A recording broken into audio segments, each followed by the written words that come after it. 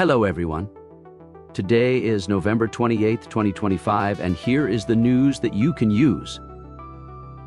We are closing out the week with a run of constructive AI and data stories first, and then finishing with 2 case studies in what happens when cyber risk turns into real-world disruption.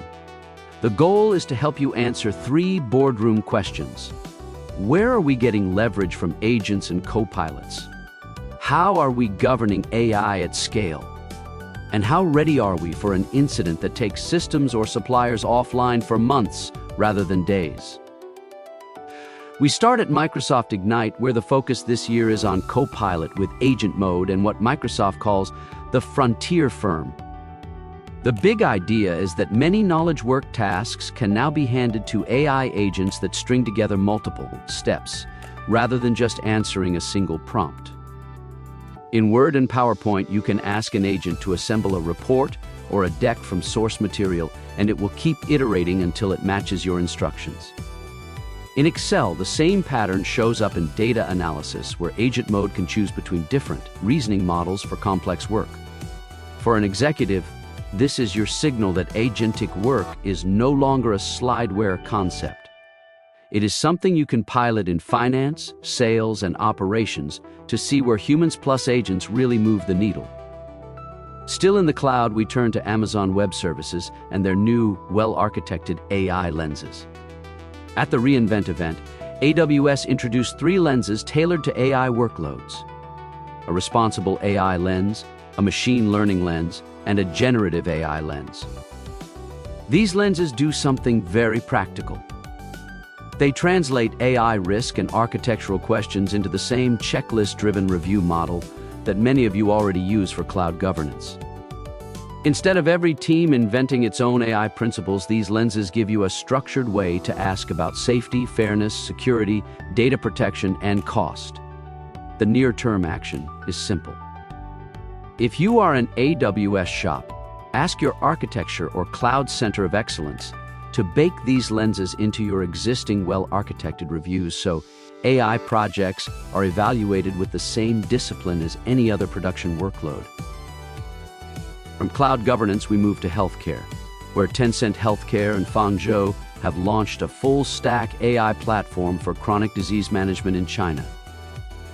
This is a tangible example of AI for good with serious operational implications.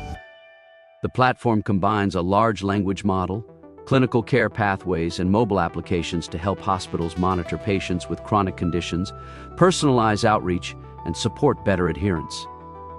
Fangzhou brings a user base of tens of millions of patients and hundreds of thousands of physicians, which means the system is not just a pilot but a population-scale service.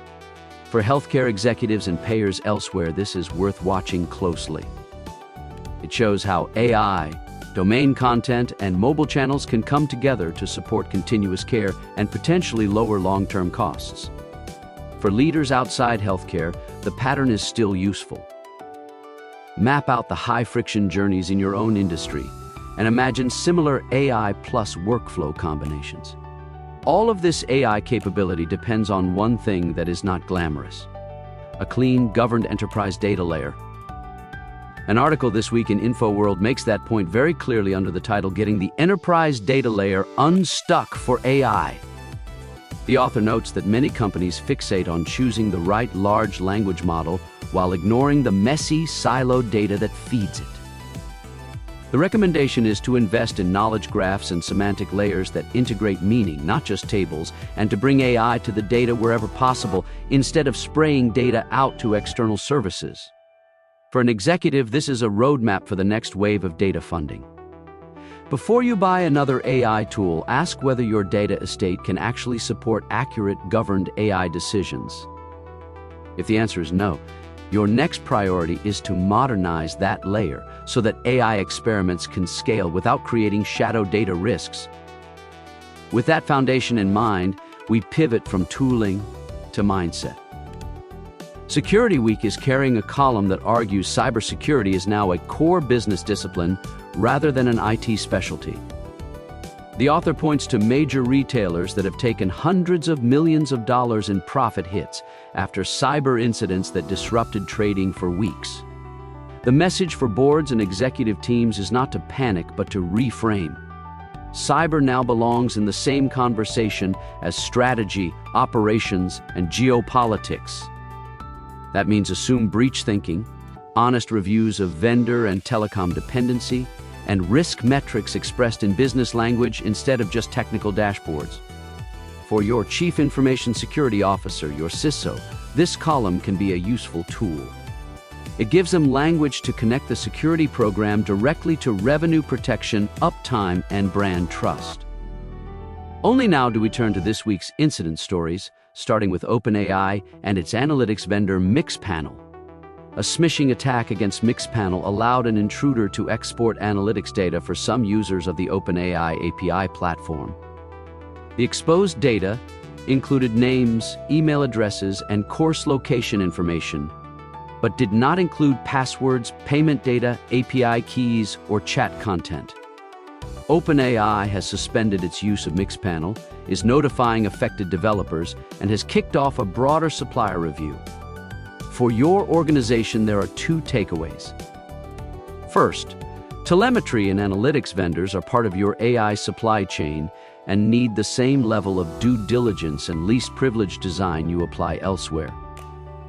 Second, developer contact information in the wild will almost certainly fuel more targeted phishing, so your security awareness and email defense controls should assume those emails will arrive. Our final story takes us to Japan and the beverage giant Asahi, which is still recovering from a ransomware attack that began in late September. The company has now confirmed that personal data tied to roughly 2 million people was stolen, including customers, employees, and family members. Ransomware also encrypted servers in the data center, forcing manual workarounds for ordering, shipping, and customer support. Public statements suggest that normal logistics operations may not be fully restored until early next year, and financial reporting has already been delayed. For executives, this is a sobering but useful scenario. It is not about a quick 3-day outage.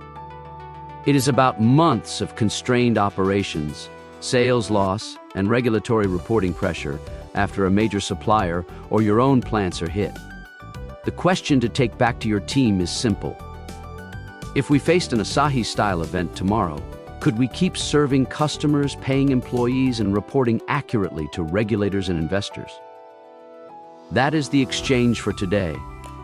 Remember, inspect what you expect. If you're interested in how this newscast is created or want more information about how to be a part of it, contact podcasts at matorasolutions.com. That's podcasts with an S at matorasolutions.com.